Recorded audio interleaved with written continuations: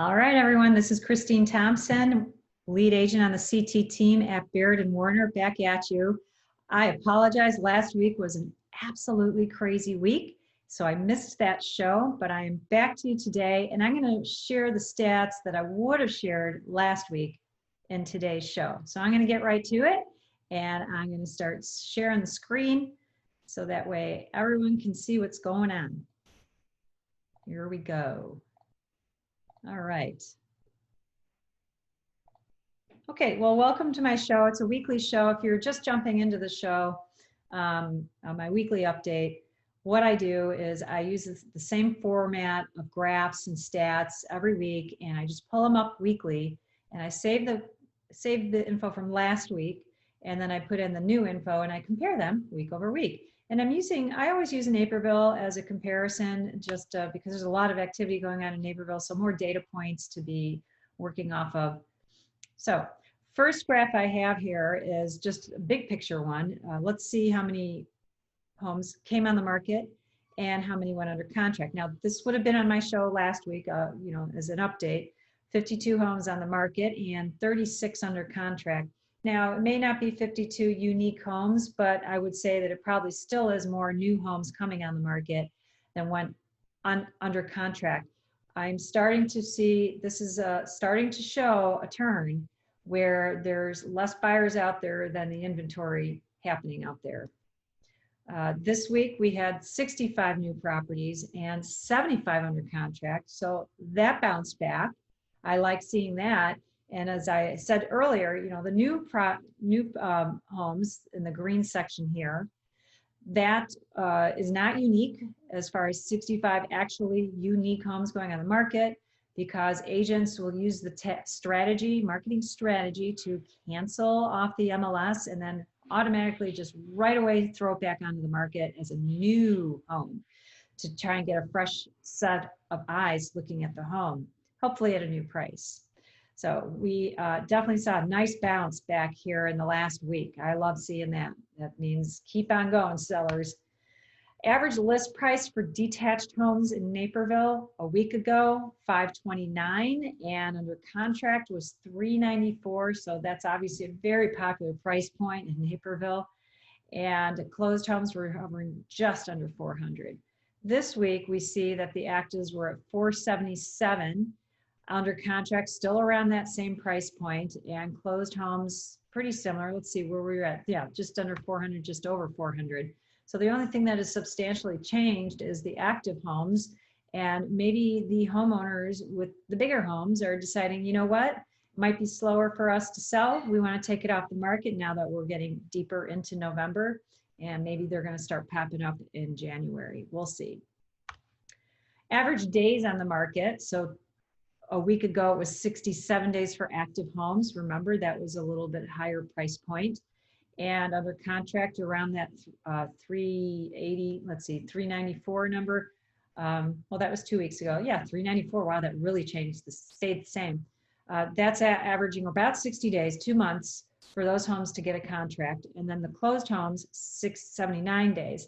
So seeing under contract at 60 days versus 79, that means sellers are doing well, they're moving their homes faster. This week, this is an update, 91 days for homes under contract. Those homes are now taking longer. Maybe they're reject homes that buyers are having less choices, so they're picking the reject homes that have been sitting there. We have less homes coming on the market, so now buyers are forced to deal with the reject homes and they sit on the market longer. Closed homes, 50 days, and active homes, 68 days. Let's see how that was a week ago, 67 days. It's hovering around the same for the active homes, and closed homes, much quicker. We have to remember this is a reflection of going back 30 or 60 days when those contracts happened, okay? And homes were really flying off the shelf. So this is a little bit of a wrap up looking at the numbers from those bars. The average list price, that's LP right here, the average sold list price, average list price for the sold homes was $399, about 400. That's what we saw in that other graph. Active homes, 529, and under contract, 394. Now, what I like to look at is the average sale price was 389 and the average list price was 399. So about a 10K difference between average list price of sold homes and the average sale price of the sold homes. So not bad, okay?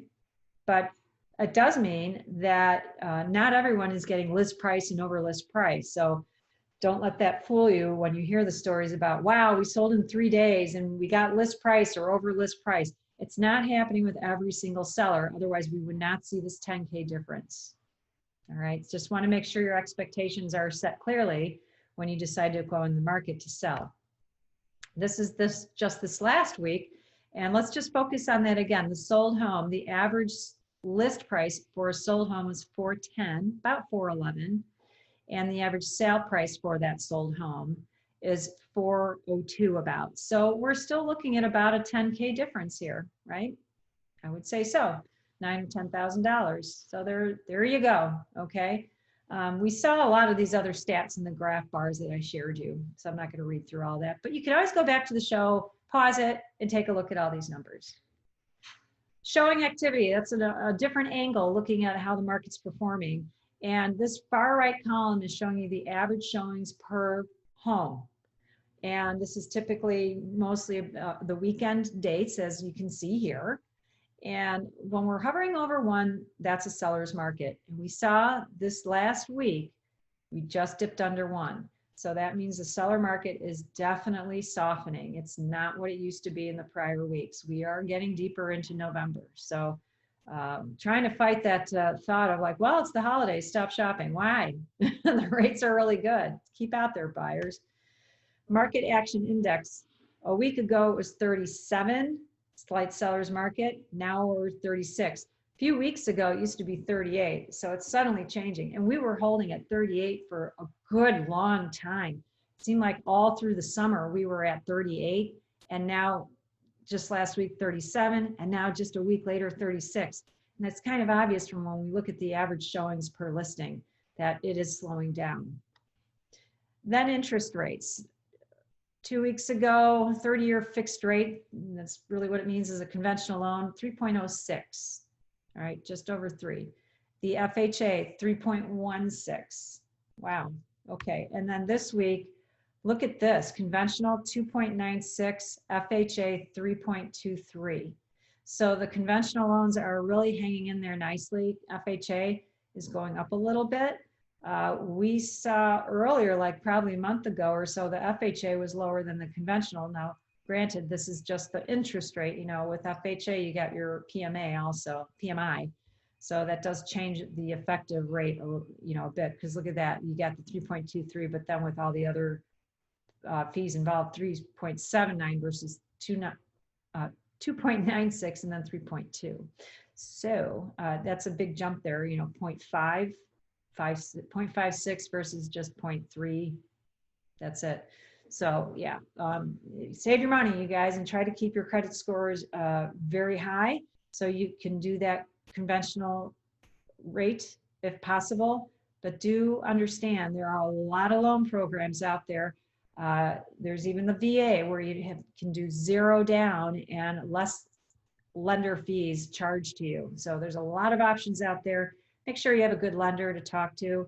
If you don't know any good lenders, you can give me a call, text, DM me, and I'd be happy to refer some names to you. So closing up, I always like to show you know, just an overall kind of concept in real estate. This is the cost of waiting. You know, I keep hammering on you guys, the rates are good, the rates are good. You know, you need to act on them. This is one of the reasons why. This is a, you know, typical purchase in Naperville, $500,000. And just this 0.1% difference is going to cost you $38 more a month. And in the lifespan of a 30-year loan, another $13,705. That's some money. That's a nice vacation or two, or money you can be investing into something else and growing the money elsewhere instead of paying it on the interest.